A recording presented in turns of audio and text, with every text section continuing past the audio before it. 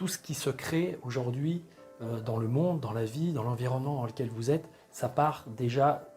en amont d'une idée, ça part d'un concept, ça part d'une pensée. Et cette pensée, elle est faite avec nos sens physiques, puisque notre système nerveux, notre cerveau construit notre réalité à partir de nos perceptions sensorielles. Donc il utilise quoi? Il utilise notre sens visuel, il utilise notre sens auditif, kinesthésique, olfactif, gustatif, donc essentiellement nos sens physiques,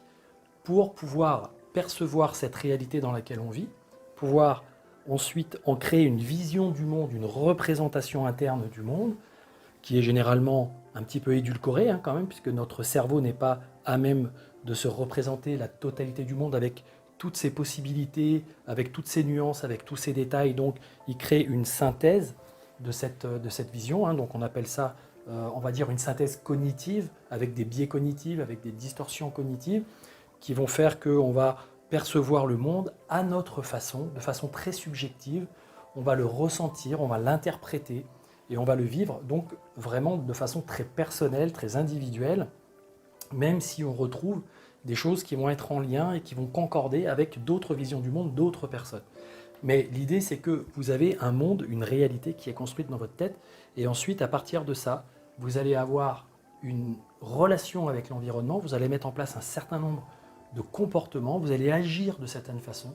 mu par certains sentiments, mu par certaines émotions, par certains types d'émotions. Des fois, ces émotions vous animent mal, c'est-à-dire que vous êtes plutôt en lien avec des besoins ou des sensations animales à satisfaire, et des fois, vous avez plutôt l'impression qu'elles vous animent bien, parce que vous êtes relié à une vision du monde, vous êtes relié à un système de pensée, à un système de croyance, à un système de valeurs, à une perception supérieure des choses, dans votre propre spiritualité et dans ce que vous estimez à l'intérieur de vous être les bonnes choses, les choses les plus justes, les choses les plus bénéfiques, à la fois pour votre vie, puis à la fois pour la vie des gens qui vous entourent.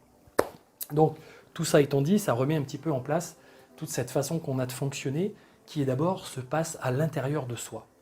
Et c'est ça qui est intéressant, c'est que souvent, on a tendance à vouloir changer le monde à l'extérieur, et donc on observe le monde tel qu'il est à l'extérieur. Notre système nerveux donc capte un certain nombre d'informations visuelles, auditives, kinesthésiques, et puis construit une forme de réalité qui est comme un constat de ce que l'on observe à l'extérieur. Sauf que ce constat n'est pas toujours très juste, puisque finalement,